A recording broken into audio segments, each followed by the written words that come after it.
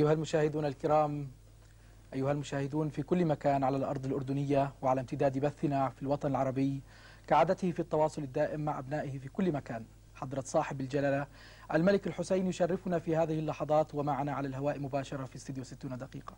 سيدي صاحب الجلالة ومولاي، أهلا بك وباسمي وباسم كل مواطن أردني وعربي يشاهد 60 دقيقة. شكرا لهذه الفرصة وأهلا بك. يبارك فيك وسلمك وسلمهم جميعا. الله يبارك فيك يا سيدي. يعني طوال الأيام الماضية وكما شاهدنا كان جلالة الحسين كافل اليتيم يتحرك بجميع الاتجاهات ليقف إلى جانب كرامة الإنسان الأردني، كرامة الطفل في عيشه الكريم. ماذا يقول وماذا يوجه سيدنا الآن ومن هذا الموقع بعد أن حرك الضمير والوجدان في كل مكان؟ سيدي، بلدنا بلد الخير والخيرين، وفي الواقع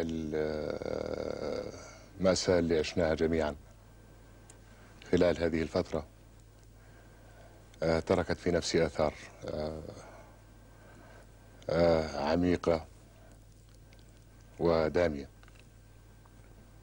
ليست هذه صورة الأردن ولا أهل الأردن ولا أبناء وبناته. الأردن المتقدم في مجالات مختلفة كثيرة، في الطب، في الرعاية الصحية،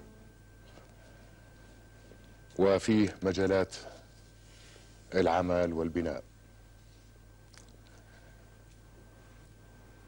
لكن اللي وقع ربما أتاح لنا الفرصة حتى نعيد حساباتنا على الصورة وعلى شكل يتناسب مع احتياجات الوطن في المراحل الآتية. أولا بالنسبة لي الأطفال في هذه المؤسسة بالذات، فهم بالنسبة لي أبنائي وبناتي، وسوف يتم نقلهم تدريجيا إلى بيتهم الجديد. ولكن المشكلة لا تتوقف عند هذا الحد، فالإحصائيات تدل على أنه عندنا 1100 طفل وطفلة في أنحاء المملكة. المعلومات تفيد بأنه هذا المركز ربما كان من أسوأ ما وجد في الأردن في هذه المرحلة من حياته.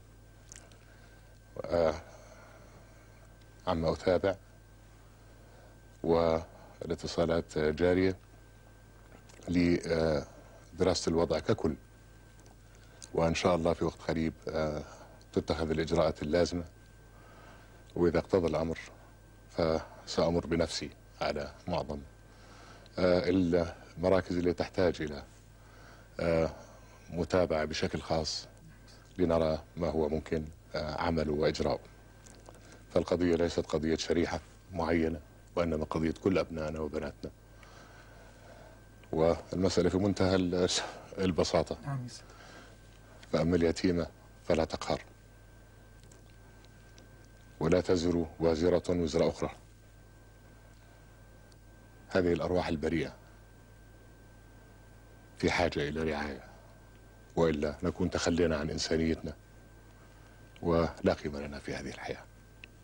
نعم سيدي صاحب الجلالة، كفالتكم لليتيم والمحتاج ليس في الأردن فحسب، بل بكل مكان بالعالم العربي وربما في العالم. أمرتم جلالتكم بالأمس تحريك طائرة إلى الأشقاء في إيران، حب الخير وكفالتكم لليتيم في كل مكان تدفعنا جميعا إلى التفكير هنا في الوطن بإمكانية مأسسة الخدمات الاجتماعية، الرعاية الاجتماعية لكافة الفئات اللي جلالة سيدنا دائما بيحكي عنها. ماذا تقول يا سيدي في هذه المأسسة وكيف إن شاء الله يا سيدي في تصور وفي دراسات في هذا الموضوع، وفي اتجاه لوضع حد أدنى لما يحصل عليها أي أردني أو أردنية في المستقبل، وبطبيعة الحال توفير الرعاية اللازمة. أنا الحقيقة اللي صعقني في هذا كله أن يكون هذا يجري في بلدنا وبدون ما أكون في الصورة، ولذلك ألمي كبير. لكن إن شاء الله يعطينا القدرة والقوة على الاستمرار وعلى أن نؤدي واجبنا، ولا تستطيع يد واحدة أن تصفق. ففي الواقع نحن نحتاج إلى كل أبناء وبنات الوطن معنا. نحتاج يا سيدي طالما نحن في هذا البحث وعلى أبواب انتهاء مرحلة في حياتنا الديمقراطية والنيابية، وعلى مقرب من بداية أخرى، ربما هناك الأدلة الكثيرة والبراهين على أنه لا يجوز الجمع بين الوزارة وبين النيابة. نعم. فالنائب رقيب للحكومة، ولابد أن يكرس جهده ووقته في سبيل التحسين، في متابعة القوانين المختلفة اللي توضع أمامه. ما بعرف سلوكياتنا، يعني أنا مع الاحترام لكل إنسان ونظرت إلى ما تعني المسؤولية، لا أعتقد بأنه الانسحاب من مجلس النواب بين وقت وآخر هو ما انتخب النائب اللي يمثل أو يؤديه في ذلك المجلس. وهناك ليكون صوت الحق نسبة إلى كل قضية كبيرة أو صغيرة. وبطبيعة الحال احتكاك الآراء والأفكار تعطينا النتيجة المثالية بالتالي اللي نستطيع أن نتعامل معها. ثم البيروقراطية القاتلة والتضخم الهائل في الجهاز الإداري. أذكر مع دولة الأخ الرئيس في بدايات تسلم المسؤولية زرنا دائرة من الدوائر وخرجنا بانطباع بأنه هذه الدائرة تنتج أكثر لو كان 70% من هذا الجهاز غير موجود.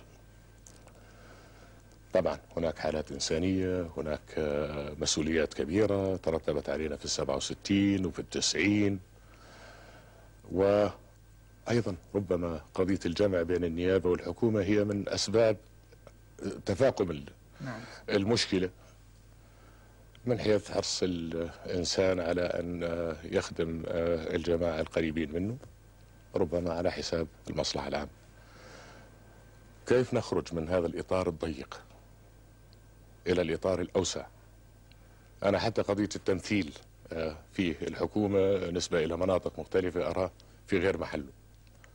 يجب أن يكون هناك الأكفأ والأقدر حتى يستطيع أن يتحمل مسؤولياته ويؤدي واجبه. هذه يا سيدي بعض العيوب وبعض المشاكل اللي أعتقد بأنه لابد أن نعالج هذه الهنات في المستقبل. إذا اقتنع الناس بأنه هذا الكلام صحيح فعلينا أن نبدأ. وكان لي حديث مع رئيس الوزراء قبل أيام وقلت له إذا كان بنفس الحماس وبنفس الصدق اللي عرفناه فيه دائما والجرأة والنظافة والاستقامة اللي هي أساس، فعندئذ سننظر في أمور المرحلة الآتية على نمط جديد وبعمل. أما إذا كان خايف من مجابهة الزوابع لا قدر الله، ولا أتصور بأنه هذا صحيح، فعندئذ لابد من أن نفكر في حل آخر. ولكن المرحلة الآتية لن تكون مرحلة انتقالية فقط بمعنى إجراء انتخابات. لا نستطيع أن نفقد يوم نستطيع فيه أن نؤدي شيء أو نضيع ساعة أو دقيقة. يجب أن نعمل جميعا بكل الصدق وبكل الإخلاص لنجعل هذا البلد مثل. وكثيرين يريدوا أن يبقى حيث هو أو يتراجع، وكثيرين لا يؤمنوا فيه بطبيعة الحال في الجوار وفي جهات مختلفة، وكانوا دائما يراهنوا على أنه الأصغر والأضعف والمرشح أكثر للانهيار. ولكن هذا البلد فيه خير وفيه ما يقوله وفيه ما يؤديه خدمة لأمته، ويجب أن يكون إن شاء الله المثال والقدوة للآخرين، وسيكون بعون الله إن شاء الله يا سيدي.